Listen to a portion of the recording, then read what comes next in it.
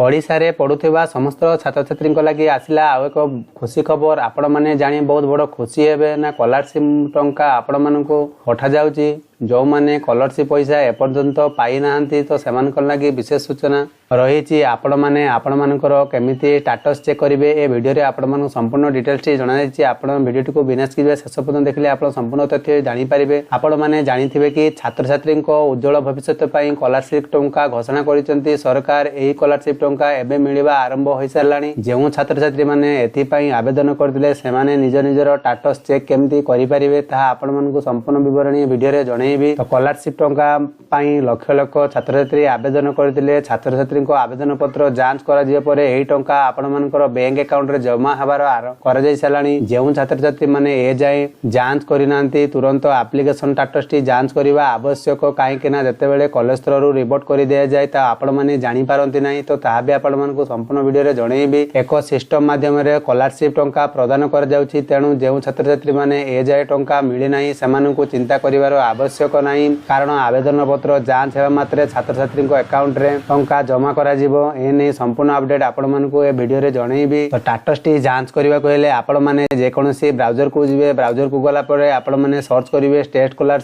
Scholarship लेखिक search कला परे देखंतु ए भलिया इंटरफेस टी पळे आसीबो। जदि आपण माने स्टेट स्कॉलरशिप जो ऑफिशियल वेबसाइट को आपण माने आछे पई चाहउछंती ता डिस्क्रिप्शन तले आपण मानकु लिंक देबी। ताले आपण तुरंत ऑफिशियल वेबसाइट को पळे आसीबे। तो आसला परे देखंतु संपूर्ण डिटेल्स टी एपळे आपण मानक रहिबो।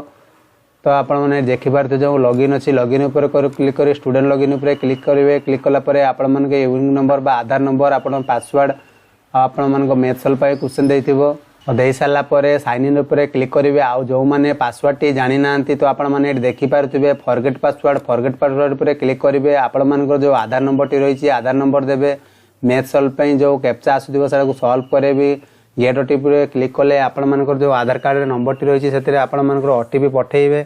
पठे सारा पर से जो ओटीपी आसीबो एंटर कला पर आपण मानकर पासवर्ड एई भली आपण स्क्रीन आगे देखिबो। तो एई भली आपण मानकर पासवर्ड टी रखि सारिबे। रखि सारा पर आपण मानक तुरंत से भाया लॉगिन करेंगे। लॉगिन कले आपण मानकर जो आधार कार्ड नंबर टी रही आधार कार्ड नंबर देवे। जो पासवर्ड टी क्रिएट कले से पासवर्ड टी देवे। मैथ सॉल्व पाई जो क्वेश्चन फिलअप करेंगे जो डिस्प्ले रे आपण मानक शो होतिबो से क्वेश्चन सब साइन इन ऊपर क्लिक करेंगे। सब किछि तथ्य देकी मु साइन इन ऊपर क्लिक कर नउची।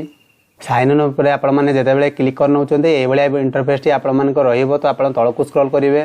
तळकु स्क्रॉल कला परे आपण माने देखि पारिथिबे व्यू एंड स्टेटस। तो यार ऊपर क्लिक करेंगे। तो एठी आपण माने देखि पारिथिबे जो पोस्ट मैट्रिक स्कॉलरशिप तो जो लेखा अछि यार ऊपर टच कला परे आपण मानक संपूर्ण विवरणी पळे आसीबो। तो एठी आपण माने देखि पारिथिबे केते सारा प्रोसेस कंप्लीट हेगी जाउची।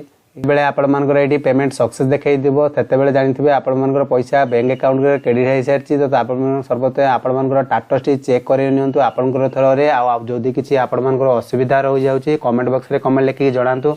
तो आपण मानकु संपूर्ण सहायता करिवि। काहे कि ना जो मानकर कंटिन्यूड बाय अप्रूव अथॉरिटी जो ए भलिया आसुथिबो तो आपण मानकर डरिबार किछि नाही। आपण मानकर पेमेंट टी पळे आसीबो खूब शीघ्र आपण मानकर बैंक अकाउंट रे क्रेडिट हे जिवो। काहे कि ना जो माने रहि जाइतिले किबा जो माने लास्ट रे आवेदन करितिले सेहि मानको पई विशेष सूचना रहि जाइछि। जदि आपण माने जो सांग माने पैसा पाई सारलानी आ आपण माने पाई नांती किछि डरिबार असुविधा नाही। तो आपण माने पैसा टी आपण माने बैंक अकाउंट रे क्रेडिट हबो संपूर्ण आपण को तो गारंटी सहकार जणाउछि।